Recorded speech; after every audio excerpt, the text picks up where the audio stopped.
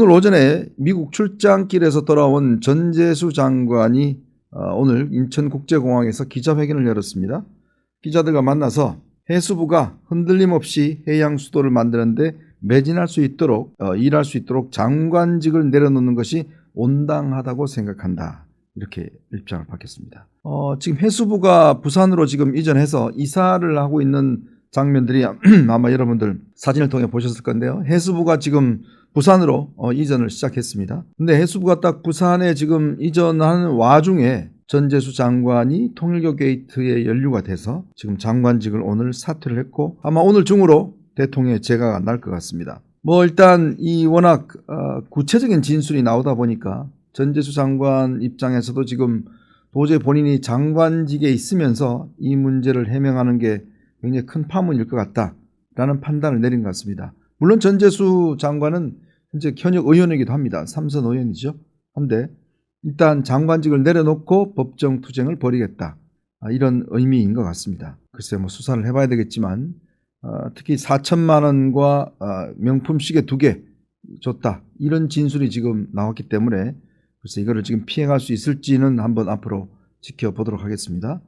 이와 동시에 오늘 정동영 통일부 장관도 아침에 또 입장을 밝혔습니다. 이 정동영 장관도 리스트에 올랐던 인물입니다. 근데 오늘 정동영 장관은요, 윤영호 씨를 야인 시절에 단 한 번 만난 적이 있다. 그 뒤로 만나거나 연락한 적이 없다라고 입장을 밝혔습니다. 2021년 9월 달에 본인 친구들과 함께 강원도로 여행을 다녀오던 중에 그 친구 중에서 고교동창인 김희수 전 전북도의 의장이 가평본부를 한번 가보자 라는 제안을 해서 천정궁을 구경하러 한번 갔다는 거예요. 근데 그때 윤영호 씨를 만나서 10분가량 차를 마셨다. 그 뒤로는 이야기를 나눈 적이 없다라고 이야기를 하고 있습니다. 여기 천정궁이라는데 이게 아마 가평 쪽 가보시면 그 산에 이게 제가 알기로 거의 100만 평 규모가 된대요. 여기에 지금 이 건물이 3개가 있습니다. 정말 산 위에 아주 툭 튀어나오는 글쎄요, 저는 굉장히 볼성사납던데, 이게 전혀 이 자연과 어울리지도 않고 좀 뜬금없다라는 생각이 많이 들었어요. 거의 미국 백악관이나 미국 의회 의사당을 연상시키는 그 건물이 이렇게 3단계가 있습니다. 그 산 위에 그냥 환하게 이렇게 보입니다. 거기가 바로 이 통일교의 본부, 세계평화가족 본부인가요? 거기 본부가 있고, 여기 청심국제중고등학교, 그리고 여기 병원도 있고, 꽤 이제 이 시설들이 여기 다 있습니다. 정말 아주 독특한, 글쎄요, 독특하다는 기보다는 아마 그래서 한번 보십시오. 저는 느낌이 조금 뭐라고 할까, 이게 정말 뜬금없다는 느낌이 많이 들었었는데 그 건물이 3채가 이렇게 있습니다. 여기에 이제 본부가 있는데 여기를 갔다는 거예요. 글쎄, 이 대선 후보까지 하고 했던 국회의원 했던 분이 여기를 간다는 게 어떤 의미인지를 몰랐을까라는 그런 생각도 듭니다. 글쎄 그거 한 번으로 그쳤을지는 좀 더 지켜봐야 되겠습니다만, 자 어쨌건 이 전재수 장관의 이야기부터 먼저 해보겠습니다. 2018년에서 2019년 사이 이 전재수 장관은 원래 노무현 정부 때 청와대 제2부속실장과 그리고 상황실 행정관을 했습니다. 그 이후에 이 부산 북갑에서 3선을 내리했습니다.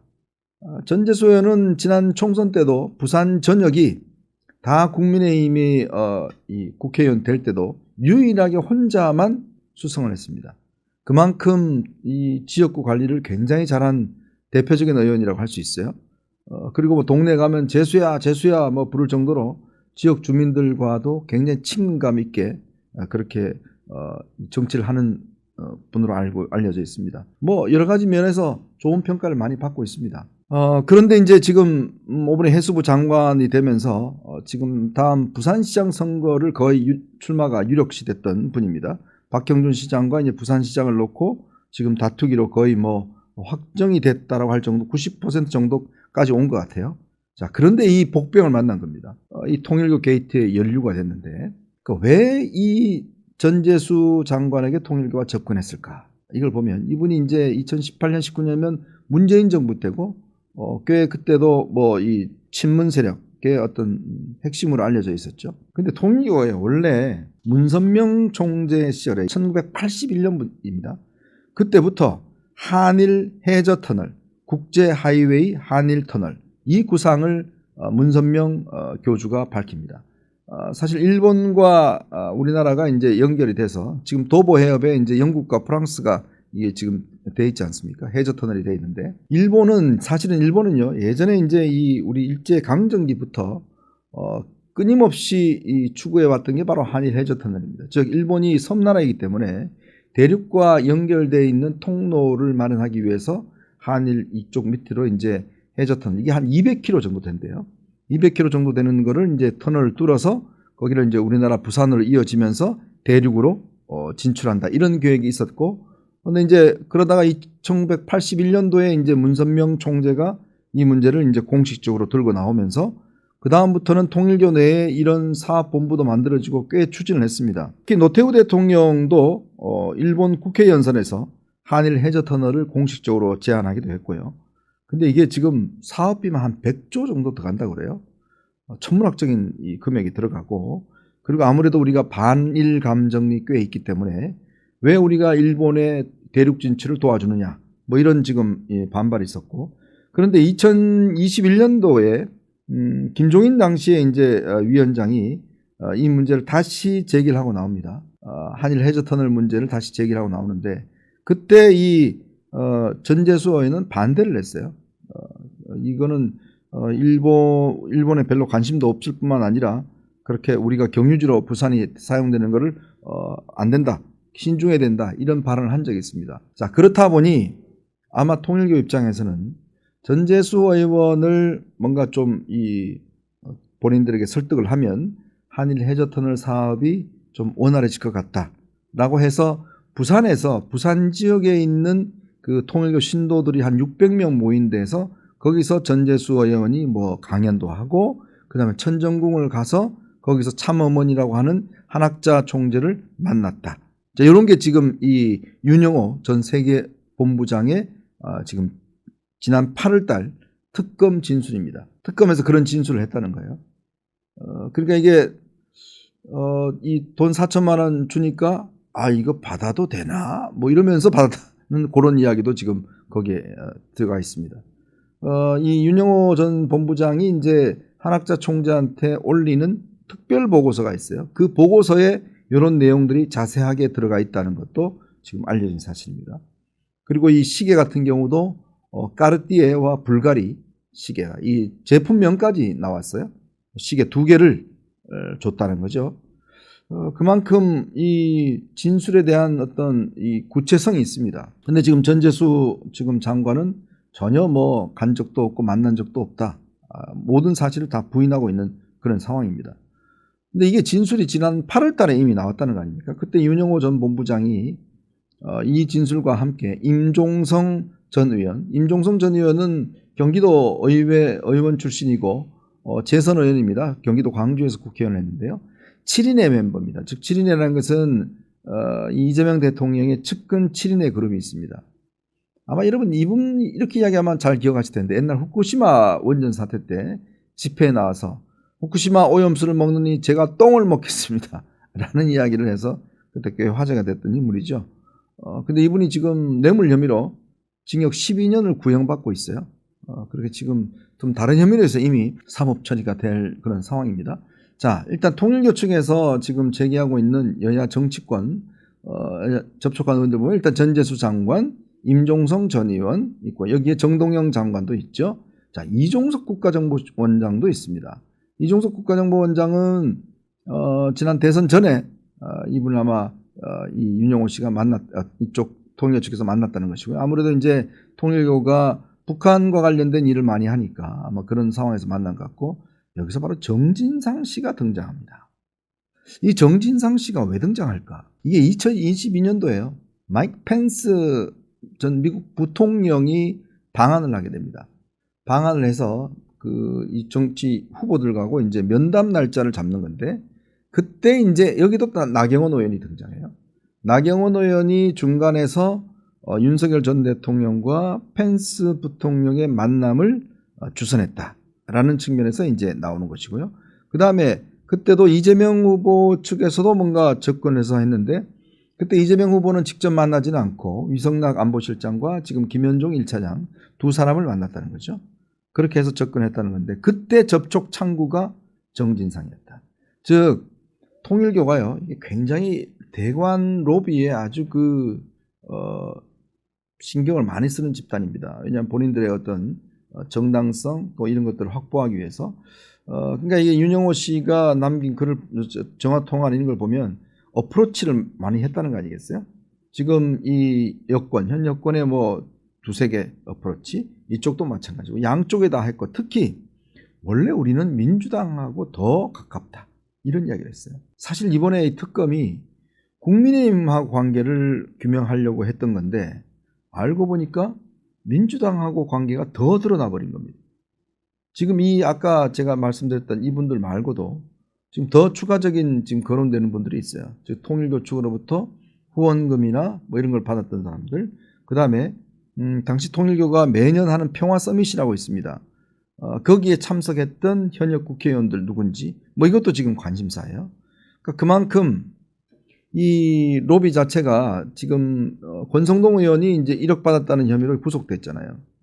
근데 문제는 뭐냐면 특검이 이 사실을 이미 지난 8월 달에 알고도 덮어버린 거죠. 그러니까 지금 문제가 뭐냐면 2018년이면 정치자금법은 공소시효가 7년이기 때문에 올 연말이면 공소시효가 끝납니다. 그러니까 지금 자칫하면 혐의는 밝혀졌는데 공소시효가 끝나서 처벌할 수 없는 그런 상황이 될 수도 있어요. 그러면 지난 8월 달에 특검이 이런 진술을 확보했으면 바로 사건 번호를 매기고 이첩을 하든지 본인들이 수사하든지 그래 해야 될 거 아니겠습니까? 뭉갰어요? 아무도 몰랐어요. 그러다가 최근에 지난 5일날 윤영호 씨가 법정에서 이런 진술을 하니까 막 언론들이 난리가 나니까 그 원래 했던 거고 우리가 내사번호 뭐 줬다.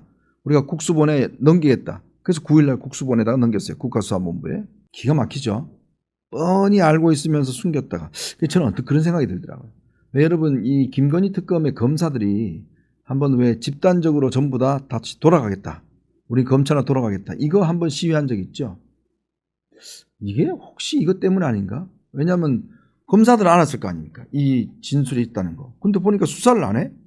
이거 수사 안 하면 나중에 이거 굉장히 큰 문제 될 텐데? 그러면 이거 빨리 이거 좀 피하자. 뭐 이런 생각도 했지 않을까라는 제 상상을 해봅니다. 뭐 그건 알 수는 없지만. 어쨌건 자 여기서 우리가 이제 좀 제가 느끼는 것은 보통 이런 사건이 일어나면 중앙지검 특수부가 바로 투입이 돼서 특수부 검사들이 압수수색을 하고 수사를 하게 돼 있습니다. 예전에는 대검중수부가 했죠.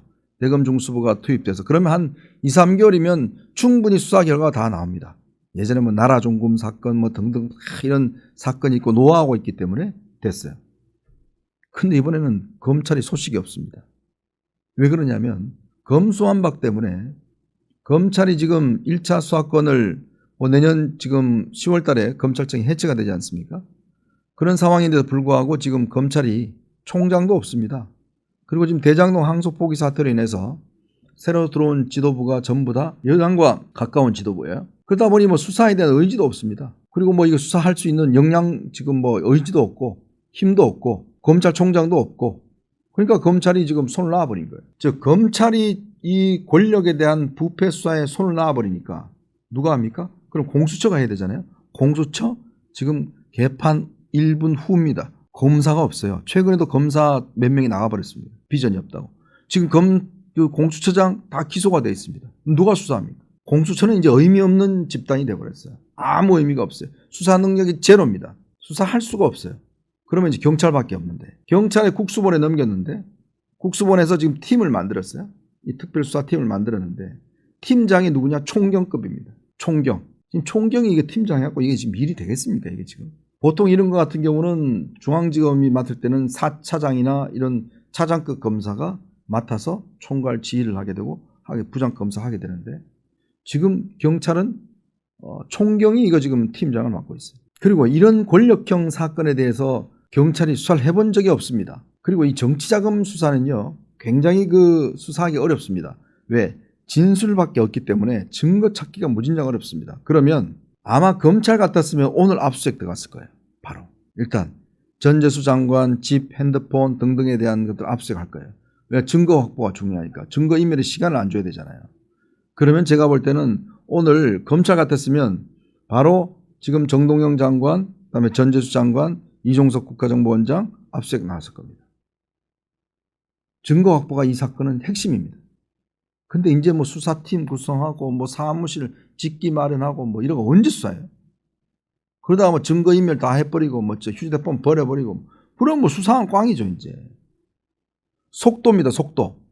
그런데 이 사건에서 벌써 오늘 지금 움직인 걸 보면 제가 볼 때는 별로 움직일 것 같지가 않습니다.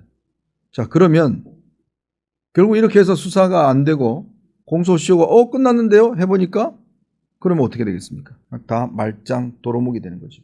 이 부분이 굉장히 우려가 되는 지점입니다. 지금 수사를 해봤자 지금 수사 성과가 나오기가 꽤 어려운데 바로 이것 때문에 여러분 이게 사법 시스템, 수사 시스템이 한번 붕괴되면 어떤 결과가 나오는지를 아주 상징적으로 보여주고 있는 사건이 바로 이 통일교 게이트입니다. 왜냐하면 그래도 검찰은요 권력에 대한 수사를 할 수 있는 분위기와 노하우가 있습니다. 경찰은요 지금 특히 경찰은 지금 인사철을 앞두고 있어요. 그러니까 인사철을 앞두고 누가 이 살아있는 권력을 건드리겠습니까? 지금 뭐 여러 가지 사건에서 보셨지만 경찰은 이 수시로 인사가 이게 이동이 되기 때문에 이런 사건을 수사하면 이 노하우가 없어요. 이 능력이 축적되어 있지 않습니다. 그러다 보면 우왕좌왕 하다 보면 그냥 시간 다 가버려요. 지금 이제 12월 달 며칠 안 남았잖아요. 그럼 이 12월 지나가 버리면 이게 뇌물 사건이면 공소시효가 연장이 되는데 근데 권성동 의원도 뇌물로 의유를 못했어요. 정치자금에. 뇌물은 왜냐하면 구체적인 청탁성이 있어야 됩니다. 어떤 것들을 해달라고 청탁을 하고 그거가 있어야 되는데 그게 없으면 정치자금법으로밖에 처벌할 수가 없는데 지금 이런 상태면 경찰의 수사가 쉽지 않을 것 같습니다. 근데 문제는 이걸 대통령이 두 차례나 걸쳐서 종교재단 해산 문제를 이야기를 했지 않습니까? 정말 이게 어제 윤영호 씨가 본인이 원래는 변호인을 통해서 뭔가 민주당 관련된 정치인들 관련된 명단을 좀 최후 준술해서 이야기하겠다라는 것을 변호인들 측에서 기자들에게 알려왔어요. 그래서 어제 뭐 기자들이 난리가 났습니다. 뭐 저 이 하느라고. 근데 이야기 한마디도 없었어요. 안 했습니다. 이야기를. 왜 안 했을까요? 전 대통령이 2번이나 경고했잖아요. 그 이야기 뭐 종교재단 해산? 우리나라에서 종교재단 해산 된 적도 없고요.